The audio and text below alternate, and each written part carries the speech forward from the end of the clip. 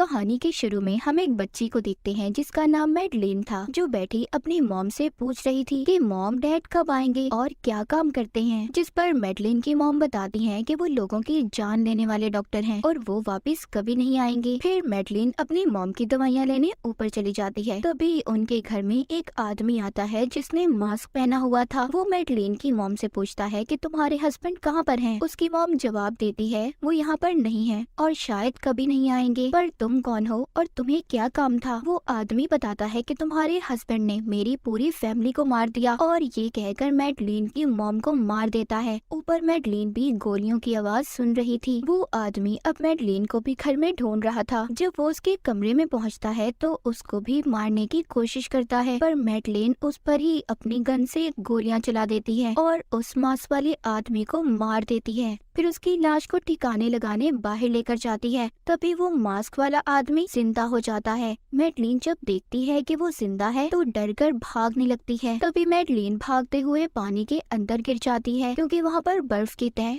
बहुत पतली थी। वो मास्क वाला आदमी जब ऐसे देखता है तो काफी परेशान हो जाता है और मैडलिन को ऐसे देखकर उसे अपनी फैमिली की याद आ रही थी कि वो कैसे तड़प तड़प कर मर गए थे। इसलिए वो वहाँ पर बर्फ की तह पर गोलियां चलाकर उसे तोड़ देता है ताकि मैडलिन खुद आसानी से वहाँ से निकल सके। और फिर वहाँ से मैडलिन को बिना कुछ कहे चला जाता है। फिर हमें काफी सालों बाद का वक्त दिखाया जाता है। मैडलिन अब बड़ी हो चुकी थी जो एक समंदर में तैर रही थी। फिर हम इस मूवी के मेन कैरेक्टर को देखते हैं जिसका नाम जेम्स बॉन्ड था, जो मैडलिन से कह रहा था कि तुम इतने वक्त से कहाँ पर थी। फिर जेम्स उसको अपने साथ एक होटल में लेकर जाता है जहाँ पर दोनों वक्त गुजारते हैं। यहाँ पर जेम्स कहता है कि मैडलिन, मैं तुम्हें कितने वक्त से जानता हूँ, मगर मुझे आज तक तुम्हारी फैमिली के बारे में कुछ भी नहीं पता। तुम कहाँ से आई हो, कौन हो? मैडलिन कहती है मैं तुम्हें सब कुछ बताऊंगी, पर तुम्हें अपनी एक पुरानी दोस्त की कब्र पर जाकर पहले उसे माफ करना होगा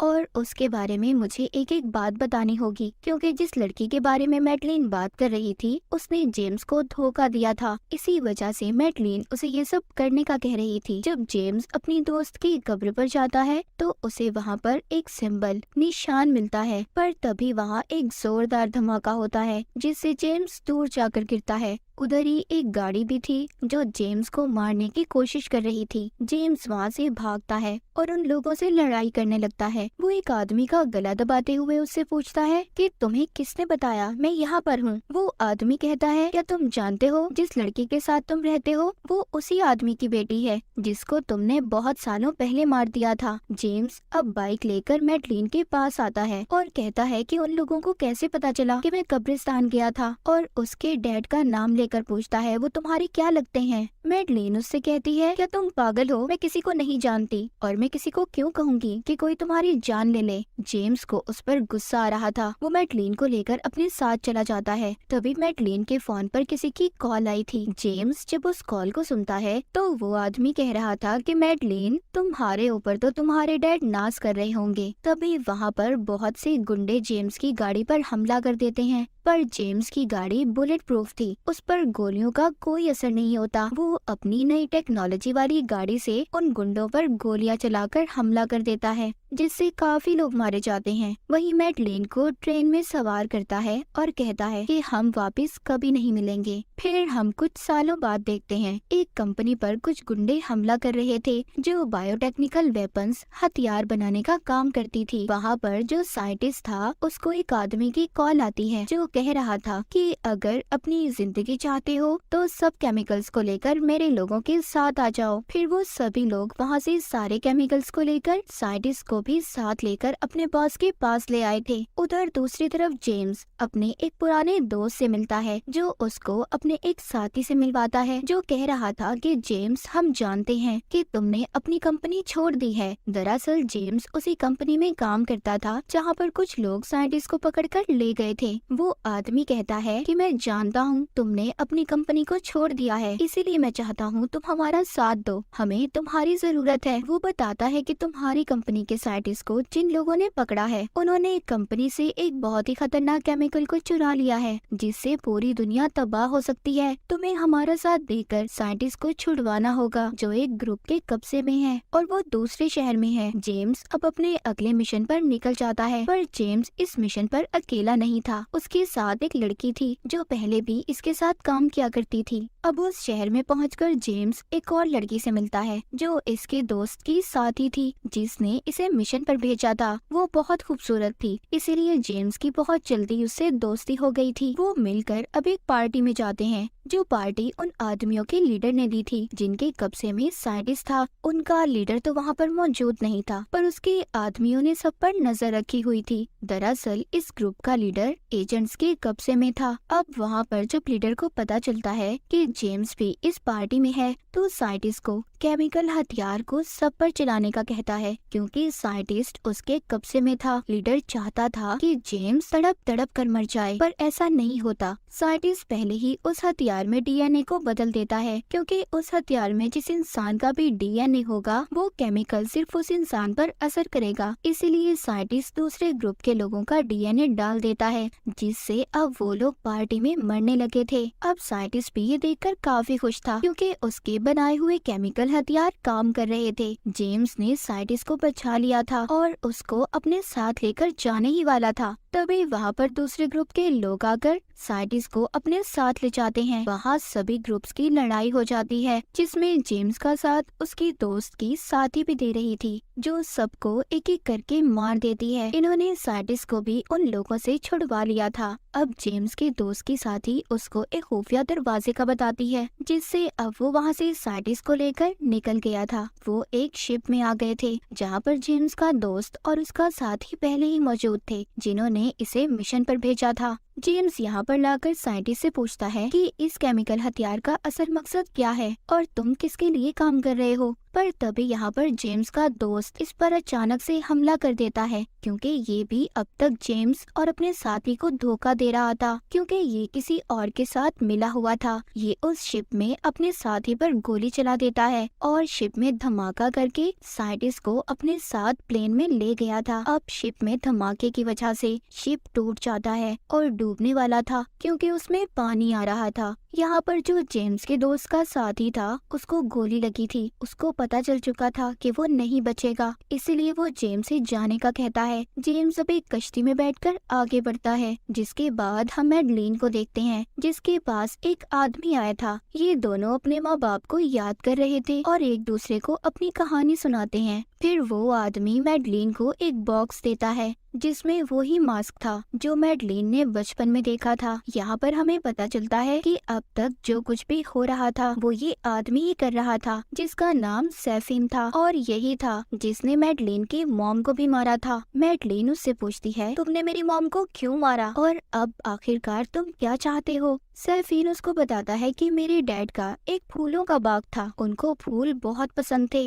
लेकिन तुम्हारे डैड ने एक आदमी के कहने पर मेरे डैड को मार दिया और उनसे फूलों का बाग भी छीन लिया। लेकिन तुम जानती हो तुम्हारे डैड को तो जेम्स ने कब का मार दिया, जो तुम्हारा बहुत अच्छा दोस्त है, जिससे तुम प्यार भी करती हो। अब उस इंसान की बारी है जिसके कहने पर तुम्हारे डैड ने मेरे डैड को मारा था, उस आदमी को तुम मारोगी। मैडलिन सैफिन से कहती है, मैं तुम्हारी बातों का क्यों यकीन करूं और तुम्हारे लिए मैं क्यों काम करूं। सैफिन कहता है कि मैं जानता हूं तुम्हारे लिए अभी भी कोई है जो तुम्हें बहुत प्यारा है। अब मैडलिन उस इंसान को खोना नहीं चाहती थी, इसीलिए सैफिन की बात मान जाती है। वो उसको यहाँ पर एक जहरीला परफ्यूम देता है जो उस आदमी के जिस्म पर लगाने से वो फौरन मर सकता था। उधर जेम्स अपने एक दोस्त के पास जाता है जो एक एजेंट था, जो इससे कह रहा था, क्या तुम नहीं जानते थे कि साइंटिस्ट किसी और के लिए काम कर रहा है और आखिरकार तुमने इतने साल उसके साथ काम किया था। जेम्स कहता है, वो बातें अब जरूरी नहीं है, जरूरी ये है कि साइंटिस्ट कहाँ पर है और किसके लिए काम कर रहा है। हमारे लिए सिर्फ यही जरूरी है। उसका दोस्त जो कि एक एजेंट था, उसके कब्जे में वो लीडर था जिसने पहले साइंटिस्ट को अगवा करवाया था। ये जेम्स को उससे मिलने की इजाजत दे देता है, क्योंकि उस आदमी को बहुत गुस्सा आता था और वो थोड़ा सा पागल भी था। इसीलिए वो यहाँ पर एक दिमाग के डॉक्टर को भी बुलवाता है, जो कोई और नहीं बल्कि मैडलिन थी। बहुत सालों के बाद मैडलिन और जेम्स एक दूसरे को देखते हैं। जेम्स उससे हाथ मिलाने के लिए अपना हाथ आगे बढ़ाता है, पर मैडलिन उससे हाथ नहीं मिलाती क्योंकि उसके हाथ पर जहरीला परफ्यूम लगा हुआ था। ये भी उसी आदमी को मारने आई थी जिससे जेम्स मिलने जा रहा था, और ये वही आदमी था जिसके कहने पर सैफीन के डैड को मैडलिन के डैड ने मारा था। जेल के अंदर जाकर उस आदमी को इनके सामने लाया जाता है। जेम्स यहाँ पर मैडलिन का हाथ पकड़ने की कोशिश कर रहा था, जिससे परफ्यूम जेम्स के हाथ पर भी लग जाता है और मैडलिन घबरा कर वहाँ से चली गई थी। जेम्स अब उस आदमी से साइंटिस्ट के बारे में पूछता है और कहता है बताओ वो कहाँ पर है, पर वो उसको कुछ नहीं बता रहा था, उल्टा उसके माजी के बारे में बात करके उसे गुस्सा दिलवाने की कोशिश कर रहा था ताकि वो यहाँ पर गुस्से में उस पर हाथ उठाए, जिससे उसे इस बात की सजा मिलेगी। जेम्स ऐसा ही करता है, उस आदमी का गला पकड़ लेता है। वो आदमी जेम्स से कहता है कि तुम एक बहुत ही खुदगर्ज इंसान हो, तुम मैडलिन के नहीं हो सकी तो किसी और की क्या होगी। जिस बात पर तुमने उसे छोड़ा था सारा प्लान मेरा था। ये सब सुनकर जेम्स उसको छोड़कर बाहर चला जाता है, जिससे बाद में पता चलता है कि वो आदमी अचानक से मर गया था क्योंकि जेम्स के हाथ पर जहरीला परफ्यूम लगा हुआ था जो सिर्फ किसी आदमी के डीएनए के लिए बनाया गया था। सभी उस आदमी को मरा देख परेशान हो गए थे और सोचते हैं कि कौन है जो हमें उस इंसान तक लेकर जाएगा जिसके लिए साइंटिस्ट काम कर रहा है। वहीं पर इनकी एक असिस्टेंट कहती है क्या जेम्स तुम जानते हो मैडलिन अभी इस वक्त कहाँ पर है, क्योंकि अब वही हमें बता सकती है कि ये जहर उसे किसने दिया था। जेम्स अब मैडलिन को ढूंढता हुआ उसके पुराने घर में आ गया था, जहाँ पर वो उसको बताता है कि मुझे उस आदमी ने बता दिया है कि तुमने मुझे धोखा नहीं दिया था, हो सके तो मुझे माफ कर देना, पर मैं अब भी यहाँ अपने काम से आया हूँ। क्या तुम मुझे बता सकती हो कि वो आदमी कौन था जिसने तुम्हें जहर दिया था उस इंसान को मारने के लिए। मैडलिन इसको अपने डैड के कमरे में लेकर जाती है, जहाँ पर इसको बताती है, वो उसको बताती है जो आदमी जेल में मर गया उसने मेरे डैड को एक फैमिली को मारने का कहा था। मेरे डैड ने सबको मार दिया पर उनमें से एक बच गया जो अभी भी जिंदा है। उनका एक आइलैंड था जिसमें फूलों का बाग था और उस इंसान का नाम सैफीन है